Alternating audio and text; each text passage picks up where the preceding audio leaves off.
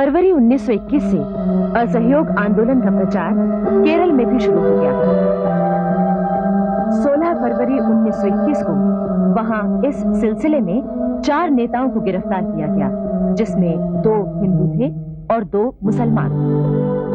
इससे केरल में असहयोग आंदोलन ने और जोर पकड़ लिया। जगह जगह जुलूस निकाले गए, विरोध प्रदर्शन होने लगे, गिरफ्तारियां हुई और लोग जेल गए।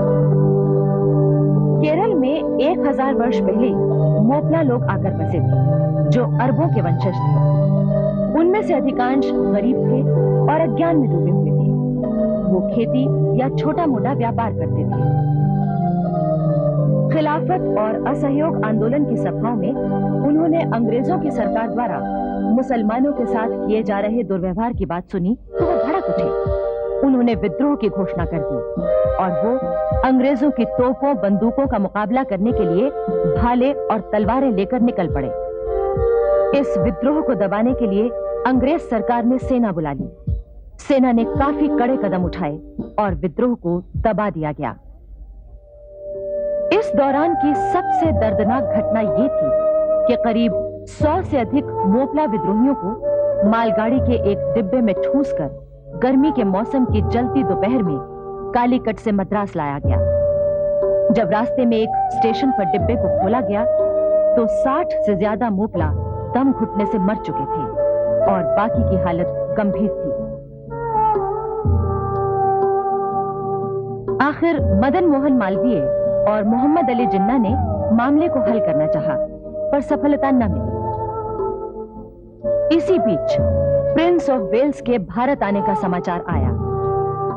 कांग्रेस ने उनका बहिष्कार करने की घोषणा कर दी। इससे ब्रिटिश हुकूमत और चिढ़ गई।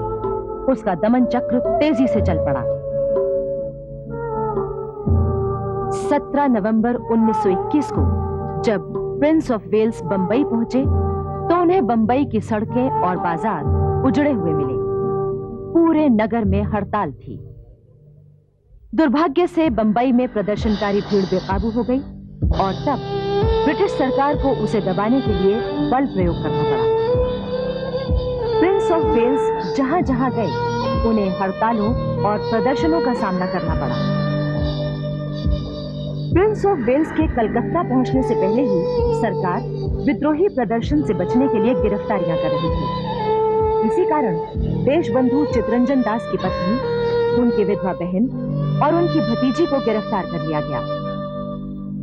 इस खबर पर गांधी जी ने कहा, इन 3 महिलाओं को गिरफ्तार करके ब्रिटिश हुकूमत ने बड़ी बहादुरी का काम किया है। इससे हमारे देश की महिलाओं को स्वतंत्रता संग्राम में भाग लेने की प्रेरणा मिलेगी। इस समय तक सुभाष चंद्र बोस सक्रिय रूप से राष्ट्रीय आंदोलन में शामिल हो चुके थे। वो नेशनल कॉलेज चलाने के साथ साथ राष्ट्रीय विचारधारा वाले अखबार स्वराज्य के संपादक भी थे। ब्रिटिश सरकार के दमन कार्यक्रमों के बावजूद भी सुभाष चंद्र बोस के नेतृत्व में अनुशासित स्वयं सेवकों ने नारे लगाकर प्रिंस ऑफ वेल्स का विरोध किया। ब्रिटिश हुकूमत इस विरोध को देखकर चौंक उठी, क्योंकि उसे इसका आभास भी नहीं मिला था। फिर तो सुभाष चंद्र बोस और उनके साथी हजारों प्रदर्शनकारी स्वयंसेवक गिरफ्तार कर लिए गए। बाद में सुभाष बाबू को 6 महीने की जेल की सजा सुनाई गई। 10 दिसंबर को देशबंधु चितरंजन दास को भी गिरफ्तार कर लिया गया। गिरफ्तारी से पहले चितरंजन ने बड़ा ही ओजस्वी भाषण दिया था। उन्होंने कहा था, मैं अपनी कलाइयों पर हथकड़ियों की चुभन और अपने शरीर पर बेड़ियों का बोझ महसूस कर रहा हूं। ये दास्ता का दर्द है। समूचा भारत एक विशाल बंदी गृह है। कांग्रेस का काम रुकना नहीं चाहिए। इससे क्या फर्क पड़ता है कि मुझे पकड़ा जाता है या छोड़ दिया जाता है? इससे क्या फर्क पड़ता है कि मैं जीवित रहूं या मर जाऊंगा?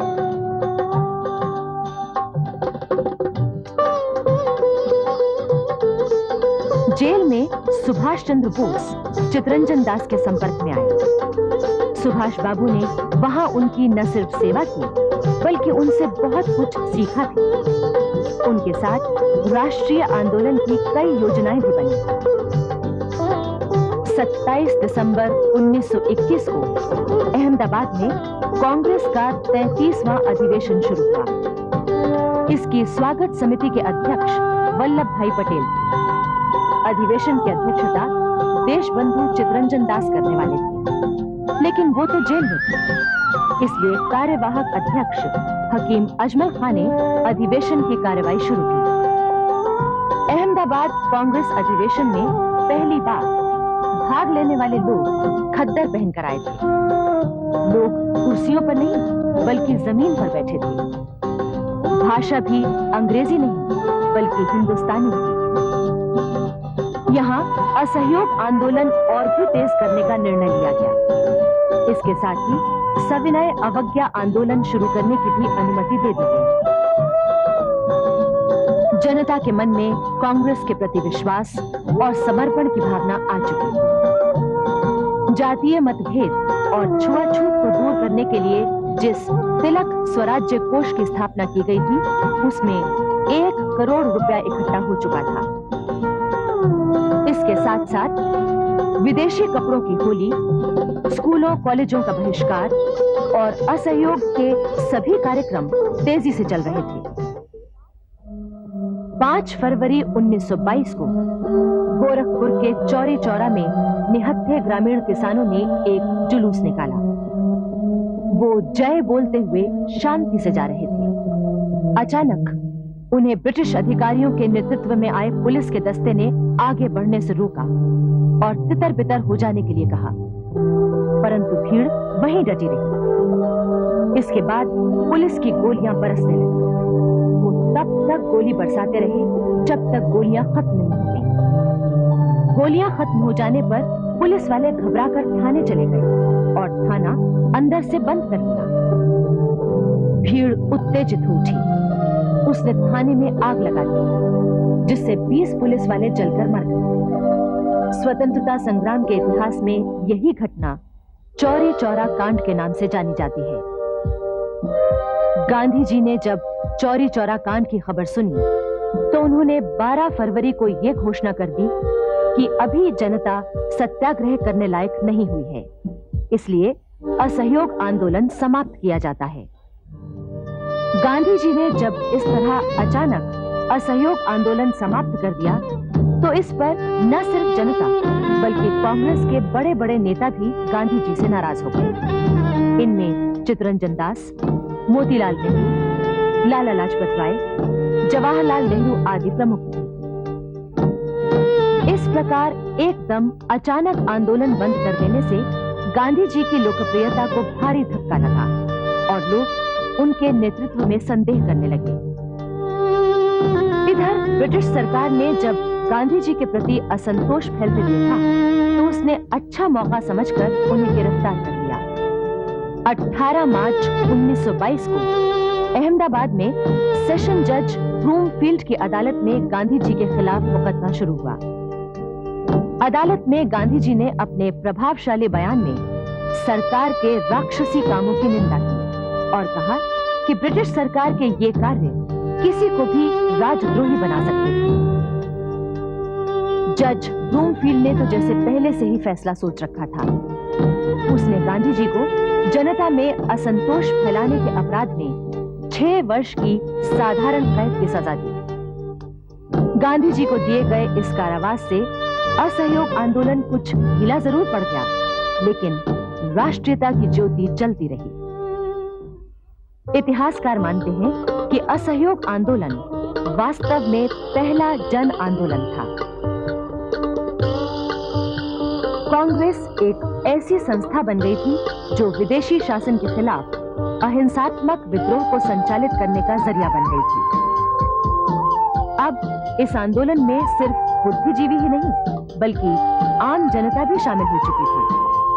बड़ी संख्या में किसान और मजदूर भी शामिल हो गए थे। लोग हाथ का कता बुना कपड़ा खादी पहनने लगे थे।